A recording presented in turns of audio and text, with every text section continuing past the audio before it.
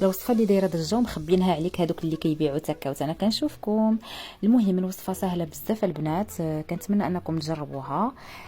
هذه الوصفه من بعد ما درتها اللي هي تكاوت البنات اللي راها مشهوره وغنيه عن التعريف. اليوم غادي نحضروها، كتعاون في ان كتعطينا واحد اللون اسود في الشعر. الصراحه انا صورت واحد الفيديوهات في الاول ولكن مشاو ليا. المهم البنات تكاوت هي اللي في هذاك الشكل اللي شفتو دابا، وكناخذوها كنديروها في واحد المقيله، كنديروا شويه الزيت وكنبقاو نحركوا حتى كتولي لنا في هذا اللون هذا. بالنسبه للتكاوت انا راني زايده فيها شويه ديال الخزامه وشويه ديال الحبه السوداء، وحمرتهم مزيان مع داك الزيت وشويه زيت بليه، الزيت غير ديال الطياب العادي وشويه زيت بليه حتى ولاو ليا في هذا اللون هذا اللي كتشوفي. ومن بعد غادي نشدهم وغادي نطحنهم. غادي نطحنيهم مزيان. المهم الا كانت فيهم شي حاجه ولا هذا بالنسبه للبنات. هنا طحنتها بزاف، بقيت ناسيه الماكينه حتى درت هكا. المهم هذه الطحنه الثانيه كتولي على هذا الشكل هذا. انا غادي نجمعها في الطويصه لان دايره واحد الكونتيتي اللي شي شويه زايده، باش يعني مره اخرى ملي نبغي نستعملها نلقاها ديجا عندي واجده. هذه الطحنه الثالثه انا كنجمعهم في هذه الطويصه هذه.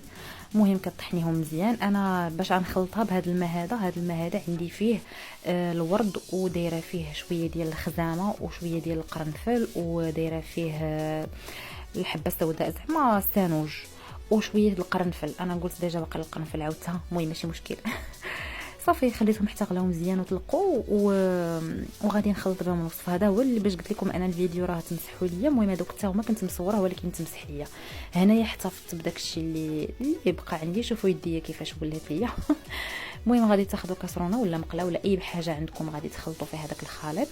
غادي ديروا المعلقات اللي غتحتاجوا على حسب الشعر ديالكم، يعني واش طويل ولا قصير. المهم انا درت هاد شي 3 تقريبا ديال المعالق صغار. هنايا غادي نزيد شويه ديال الحنه. المهم الحنه يعني شوفوا نتوما المهم اللي بغاتها خفيفه غدير الحنه غير ديال الجل، اللي بغات مزيانه غدير الحنه اللي كتطلق وصافي. المهم انا درت هنايا عاوتاني حتى السدر. المهم تقدري ديري غير مع الحنه. البنات بعض المرات كندير فيها حديده الحمراء ولكن ما توفرتش عندي هاد المره هذه فما درتهاش.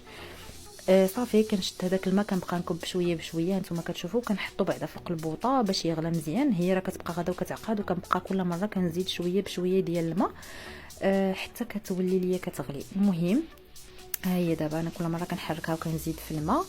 البنات بغيت نرجع لكم هذاك الشيء اللي بقى ليا هو هذا. غادي نغطيه وغادي نحتفظ به يعني في اي بلاصه عندك في تحت في البلاكار ولا شي حاجه كتحتاجيها مره اخرى. نرجع لكم الوصفه. ها هي من بعد ما غلات ليا مزيان. انا ما نكذبش عليكم، هذه درتها دابا بالليل، دونك انا ما غاديش نستعملها دابا بالليل لان البنات ما خصكمش تباتوا بها. عكس كاينين شي بنات اللي كيقول لك لا خصك تباتي بها. نو ما خصكيش تباتي بها. هذه كباريتها الا درتيها ديريها واحد الساعه في شعرك وتحيديها، لان كيف ما عندها المنافع راه عندها الاضرار من طبيعه الحال. المهم هذه هي الوصفه ديالي، غادي نخليها ان شاء الله وغادي نستعملها غدا.